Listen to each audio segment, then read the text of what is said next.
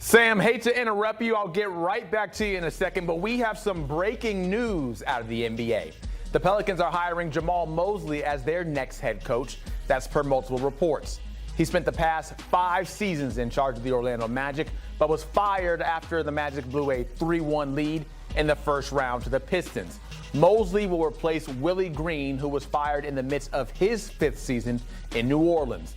The Pelicans finished with the 8th worst record in the NBA this season and do not have a first-round pick in this year's draft. But it's steady improvement that Mosley showed year over year as the head coach of the Magic, something that the Pelicans certainly could use in New Orleans. Sam Quinn still here with us. Now we can get right back to you, Sam. And I ask you, how do you feel about this hire for New Orleans? Personally, as a Magic fan, I'm happy to see him land back on his feet in Mosley. But how do you think this can maybe work out with how fast things turned around from going to Orlando and now New Orleans?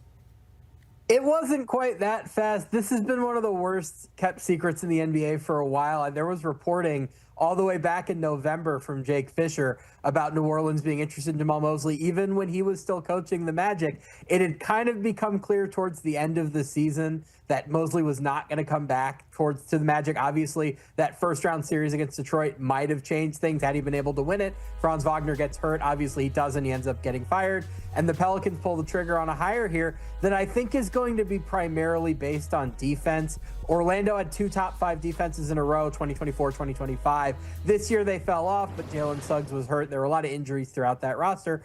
This strikes me more than anything as the Pelicans trying to build a defensive culture. Now, they have Herb Jones, one of the best and most versatile defenders in the NBA.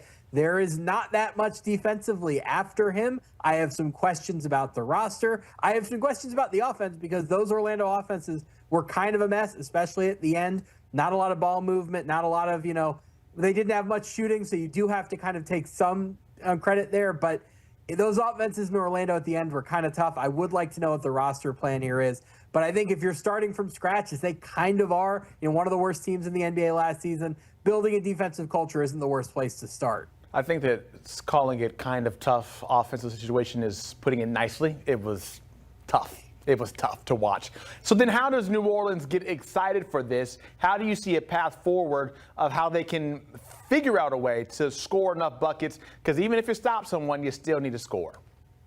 They've got to figure out the roster. There's such big questions here, right? They trade for Derek Queen last year. There's all this drama surrounding this trade. How could they give him an unprotected pick? It lands at number 8, so you get a little bit of reprieve. You don't have to live forever with the idea that you could have had A.J. Debinsa or Darren Peterson. The number 8 pick for Derek Queen, closer to a fair trade, although I still have some major questions. But Derek Queen and Zion Williamson just don't fit together. They're the same player, essentially.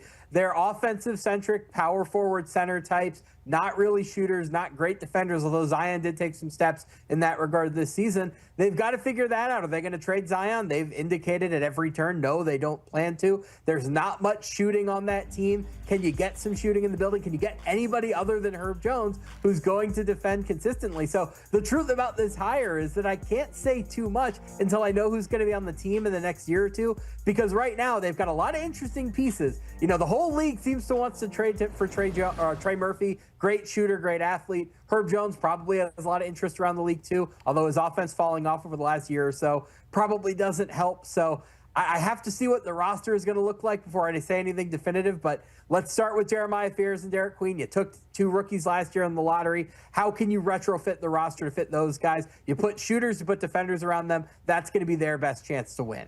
When you think of New Orleans still nowadays, it's still Zion that you go to first. He's coming off of playing 62 games this season, which is the second most ever in his career, averaged 21 points per game.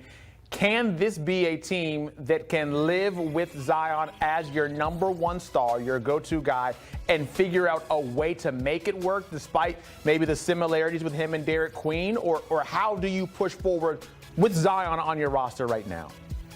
Yeah, so this is my question, right? What did we just experience with Jamahl Mosley in Orlando for years? It was, can Paolo Banchero and Franz Wagner play together? Oh, they're both these big ball handlers, neither of them great shooters. They need a lot of spacing around them. They kind of bump into each other. They look better when one of them's out, when one of them's healthy. So I wonder if we're going to run into some similar problems here in New Orleans. Jamahl Mosley not really known for his offensive creativity. Zion is coming off of a really underrated season. I know he's had the injury problems for his entire career, played 62 games, obviously. I don't know that you can depend on him to be a franchise player, number one option. I don't think he can play enough minutes to do that, frankly. I think his best role moving forward is going to be on a team where he can kind of be load managed, not just miss games, miss back-to-backs, but also could you play him 25, 28 minutes instead of into the 30s, because that's what your best bet is going to be as far as keeping him fresh. So I'm not super optimistic about this fit from here, but you do still have 3 years of team control on Derek Queen on that cheap rookie contract.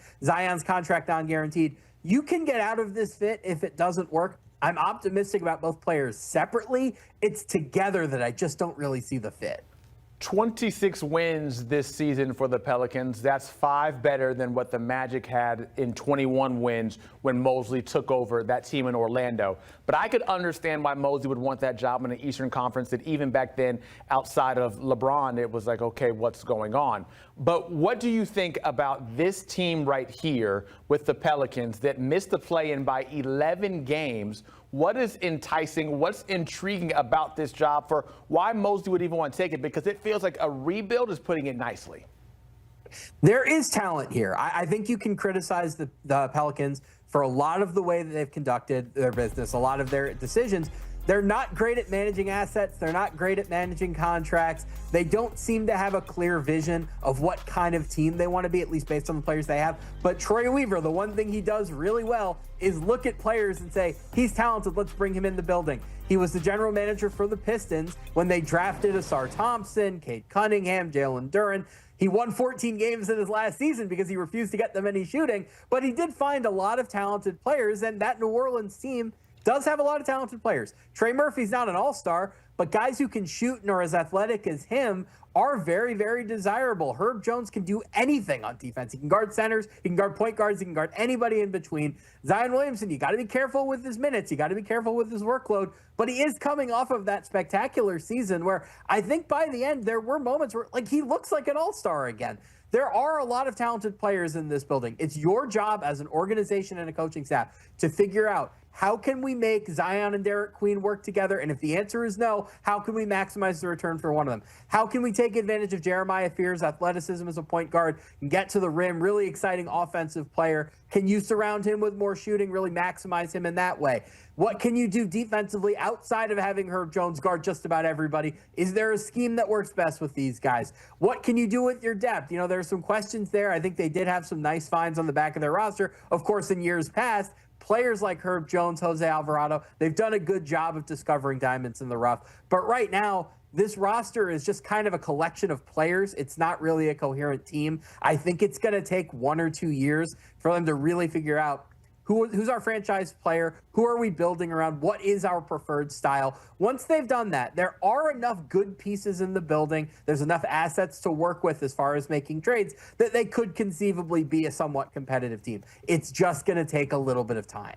And we'll have to see if the Pelicans will be patient enough to let Mosley do his job. I went too far back in time also when I said that Mosley joined a Magic team that had LeBron in the East. He was already, of course, with the Lakers back then.